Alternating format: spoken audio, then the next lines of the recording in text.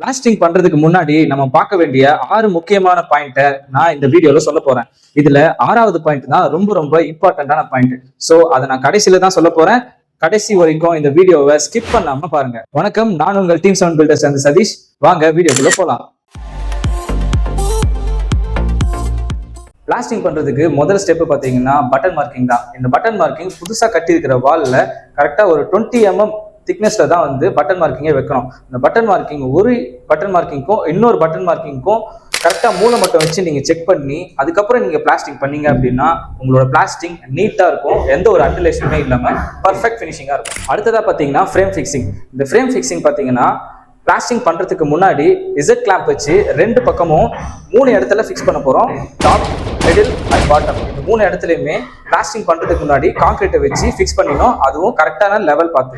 Blasting பண்றதுக்கு முன்னாடி கான்கிரீட்டும் பிரிக்கும் ஜாயின் ஆகிற இடத்துலையும் எலக்ட்ரிக்கல் லைன் எங்கெங்கெல்லாம் போகுதோ அந்த இடத்துலையும் இந்த ஃபைபர் கிளாஸ் மெஷ்ஷை வச்சுட்டு அதுக்கப்புறம் நீங்க பிளாஸ்டிங் பண்ணீங்க அப்படின்னா ஜாயிண்ட்ல வர்ற கிராக்ஸை நீங்க ரெடியூஸ் பண்ணலாம். அடுத்ததா பார்த்தீங்கன்னா வாழை ஈரப்பதமா வச்சுக்கணும். இப்போ வாழை நீங்க ஈரப்பதமா வச்சுக்கல அப்படின்னா நீங்க பிளாஸ்டிங் வந்து பண்ணும்போது மாட்டர்ல இருக்கிற மாய்ஸ்சர் கண்டென்ட்டை வந்து வால் அப்சர்வ் பண்ணிக்கும். இதனால என்ன ஆகும் பார்த்தீங்கன்னா அந்த மாட்டர் வந்து செவுத்துல நிற்காம கீழே உதிர்ந்துரும், இல்லைன்னா கிராக் வரதுக்கு நிறையவே சான்சஸ் இருக்கு.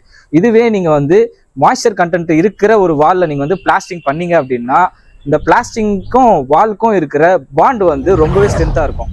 நான் ஏற்கனவே சொல்லியிருந்த மாதிரி இந்த பாயிண்ட் தான் வீடியோவோட கடைசி பாயிண்ட். அதுவும் அது என்னன்னு பாத்தீங்க அப்படின்னா மிக்ஸ் ரேஷியோ. நம்ம வால்ல பாத்தீங்கன்னா 1:4 மிக்ஸ் ரேஷியோவும் சீலிங்க்கு பாத்தீங்கன்னா 1:3 மிக்ஸ் ரேஷியோவும் நம்ம ஸ்டாண்டர்டா யூஸ் பண்றோம். இப்போ இந்த மாதிரி மிக்ஸ் ரேஷியோ கரெக்டா நம்ம யூஸ் பண்றதுனால என்ன ஆகும்னு பாத்தீங்கன்னா வால்க்கும் மாட்டருக்கும் இருக்கிற பாண்டிங் வந்து ரொம்பவே ஸ்ட்ராங்கா இருக்கும்.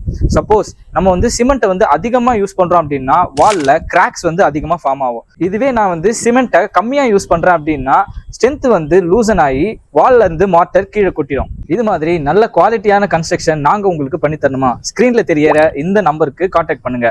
மறக்காம இந்த வீடியோவை உங்க ஃப்ரெண்ட்ஸ் அண்ட் ஃபேமிலிக்கு ஷேர் பண்ணுங்க. அது மட்டும் இல்லாம சப்ஸ்கிரைப் பட்டனையும் கிளிக் பண்ணுங்க, பெல் ஐகானையும் பிரஸ் பண்ணிக்கோங்க.